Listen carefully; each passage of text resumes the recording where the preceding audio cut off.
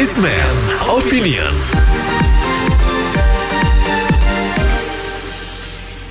Mitra bisnis, muncul pembahasan dan survei-survei membahas capres alternatif di luar mainstream seperti Prabowo, yaitu Anies Baswedan, Ganjar Pranowo, Risma, Sandiaga Uno, Ahok, dan juga Ridwan Kamil. Apa komentar Anda, mitra bisnis?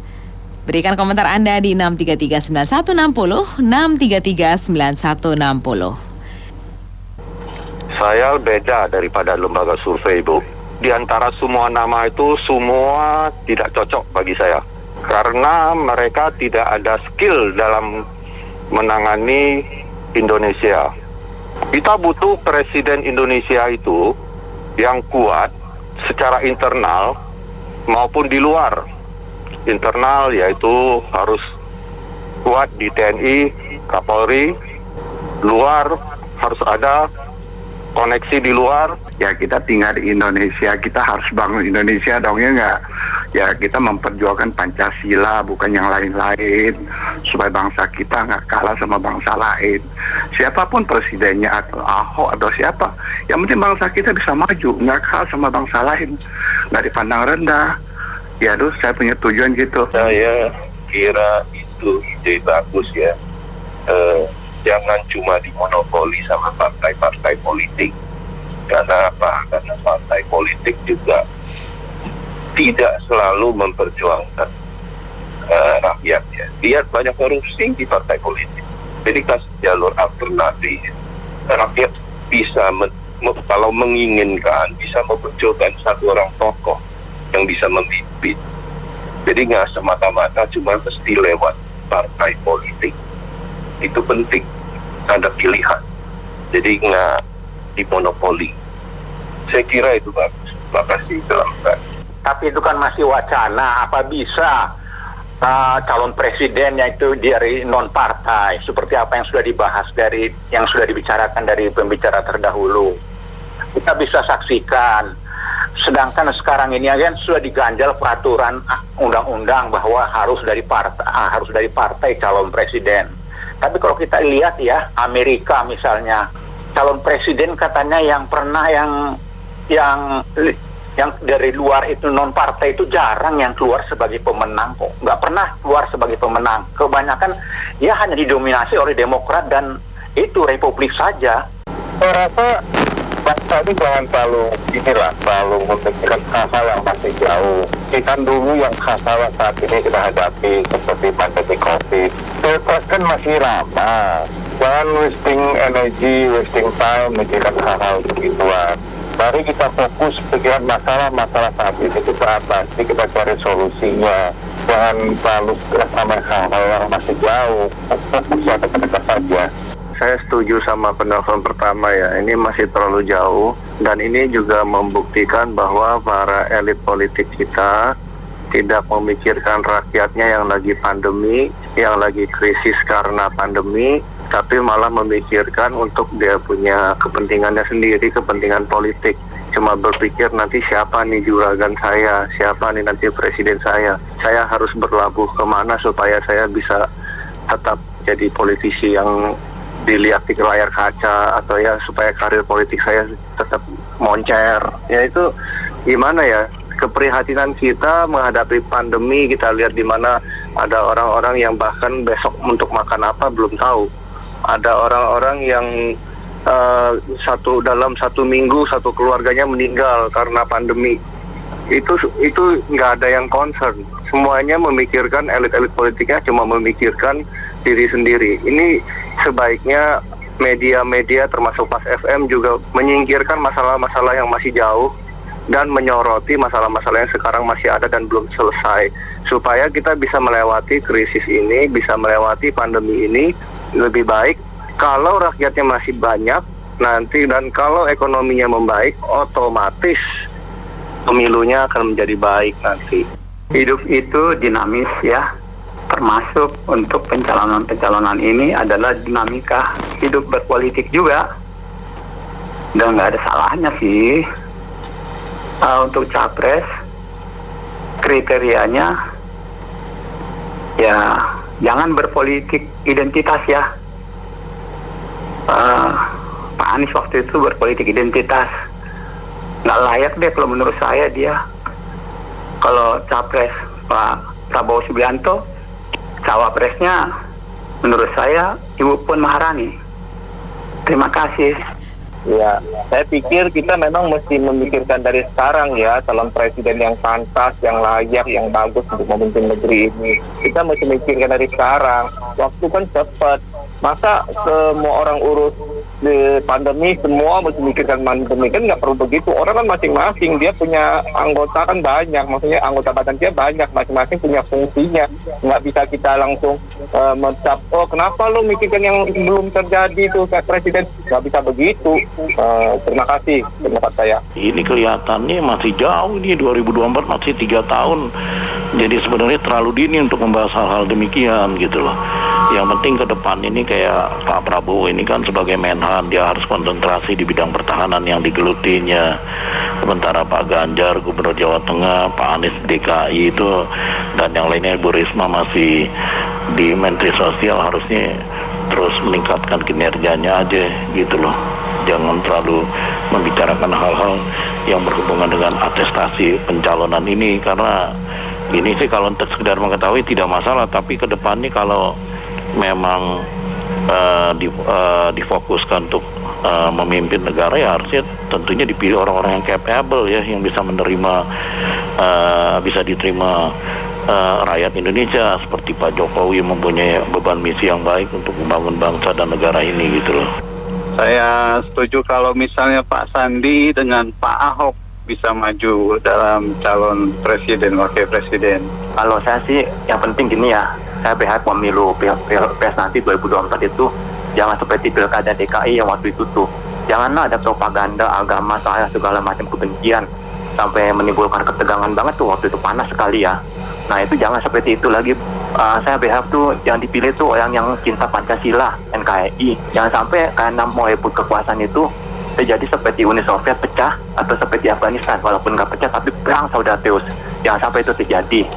Terus yang kedua, saya harap sekali siapapun nanti yang kepilih jadi presiden, saya berharap itu nanti kalau pilih wali kota, gubernur, semua itu yang benar-benar yang bisa membangun negara gitu ya. Jangan ya, pilihlah pemimpin tuh yang punya hati nurani dan punya mata hati, bisa tahu penderitaan rakyat.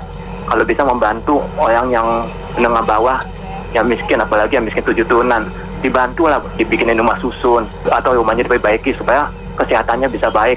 Kualitas hidup itu penting, kesehatan tuh Bu. Kalau yang nggak ada pekerjaan, tolong dikasih pekerjaan. Kalau saya lihat gini, yang calon alternatif, kalau saya seperti misalkan AHY yang munculkan Gatot Nurmantio, Din Syamsuddin, bahkan ada Rhoma Irama, seperti itu kan gitu. Jadi saya lihat ini mencuat, calon-calon alternatif ini mencuat ini dari basis pendukung partai di luar pemerintahan. Saya lihat itu kan, dan saya rasa fenomena ini palingnya bersifat sesaat.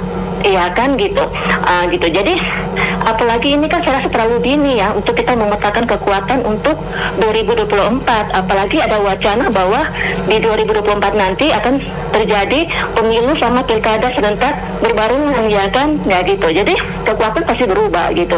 Jadi ini kan calon presiden itu kan dipilih masyarakat dari Sabang sampai Merauke, iya kan gitu. Ya kita berharap nanti akan muncul presiden itu yang tulus menjunjung Pancasila, Undang-Undang Dasar 45, Bhinneka Tunggal Ika, karena pemimpin sejati itu dia akan menyatukan, bukan memecah belah, karena dengan perpecahan bangsa ini akan berjalan semakin mundur ke belakang. Masih juga memperebutkan RI 1.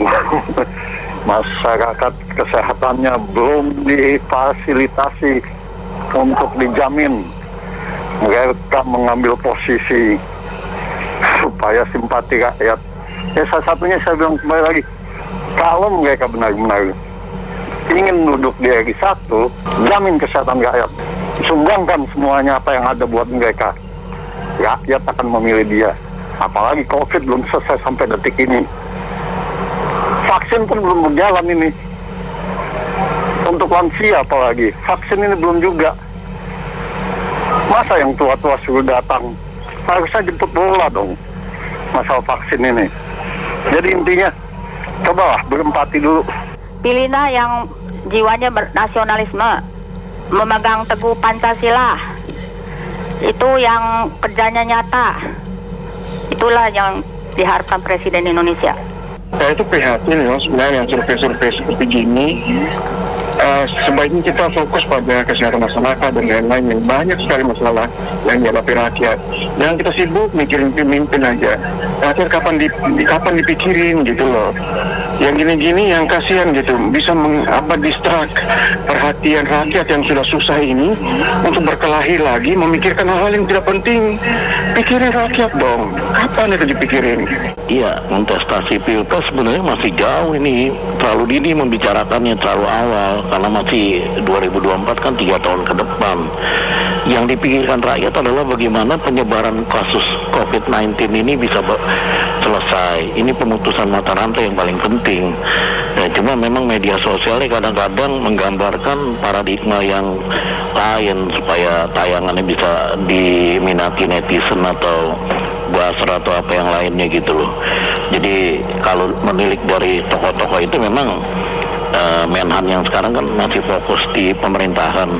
Jadi artinya dia harus betul-betul menangani, dan yang terpenting selain nama-nama tersebut ada Gubernur Jawa Barat, Pak Ridwan, ada Gubernur Jawa Tengah, Pak Ganjar atau Gubernur Jawa DKI ya, Pak Anies itu kan saling berkompetisi untuk kontestasi. Harusnya yang dipikirkan adalah fokus nanti ke depannya untuk membangun bangsa dan negara. Apalagi penyebaran COVID-19 ini belum selesai. Jadi kalau hanya memikirkan kepentingan pribadi di atas kepentingan rakyat itu berbahaya. Awalnya bisa diterima, tapi nanti segmen ini kalau memang tidak memuaskan rakyat juga akan kecewa gitu loh. Jadi itu yang paling penting saya kira. Ini menarik ya, 2024 sudah dipanaskan sejak dini. 4 tahun lagi kita sudah bicara pilpres. Yang pasti kalau saya mewakili milenial ini ya, tidak akan pilih Prabowo ya. Karena sudah tua. Jadi cari yang muda, ada Anies Baswedan, Sandiaga Uno, Ridwan Kamil, Ganjar mungkin udah STW juga ya. Pengennya yang muda. Terima kasih. Sesuai dengan namanya Partai Solidaritas Indonesia, itu solidaritasnya sangat tinggi. Jadi saya pakai yang orang-orang dari solidaritas saja jadi presiden. Ya, terima kasih. Begini, saya punya pendapat pendapat yang netral, membangun, mendidik. Kita kan sudah merdeka lebih 76 tahun. Ya sekali-sekali lah kasih keturunan orang Tionghoa kan nggak apa-apa. Lihat kita pakai otaknya. Kalau dia salah tetap kita tindak. Umpama ada penyelewengan, ya coba-coba bisa maju nggak bangsa kita kan? Seperti Obama kan sama aja kan? Nggak masalah kalau saya sih.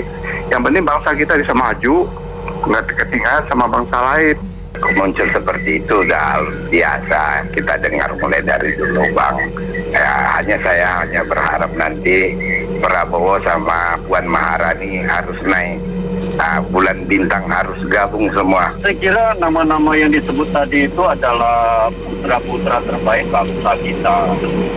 Sementara survei melakukan walaupun ini masih agak pagi ya, terlalu prematur ya. Tetapi saya pikir ini juga ada baiknya, biar nanti seleksi-seleksi di masyarakat yang akan terjadi. Ya kita anggap prematur yang baik lah. Nah, yang paling penting yang harus diperhatikan, 2024 ke depan, walaupun waktu masih cukup panjang, pemilu kita atau perayaan demokrasi kita harus udah sungguh-sungguh semakin beradab. Artinya apa? Unsur-unsur SARA tidak boleh lagi menjadi dominan. Kita harus pilih dan masyarakat Indonesia harus menjadi masyarakat yang semakin terpelajar. Memilihlah dengan baik. Silakan berpolitik, tetapi jangan membawa-bawa SARA lagi. Mudah-mudahan tadi nama yang disebut itu akan menjadi salah satunya akan menjadi putra bangsa kita yang terbaik dan memimpin Indonesia ke depan. Karena Indonesia akan menghadapi persaingan yang begitu ketat. Saya setuju Bapak yang barusan tadi itu, jangan dibawa-bawa lagi isu SARA, dan dari saya seluruh kita masyarakat Indonesia, kita buka kacamata hitam kita atau kacamata kuda kita. Jangan lihat agama, jangan lihat suku, jangan lihat yang lain-lain. Yang penting yang sudah teruji. yang sudah teruji dan benar-benar jujur. Pasti pada pintar orang-orang Indonesia sekarang tidak melihat yang lain-lain lagi. Kacamatanya dibuka dulu, kacamata hitam sama kacamata kudanya gitu loh. Mitra bisnis, demikian Businessman Opinion untuk kali ini. Terima kasih banyak atas partisipasinya. Saya Anita Wijaya.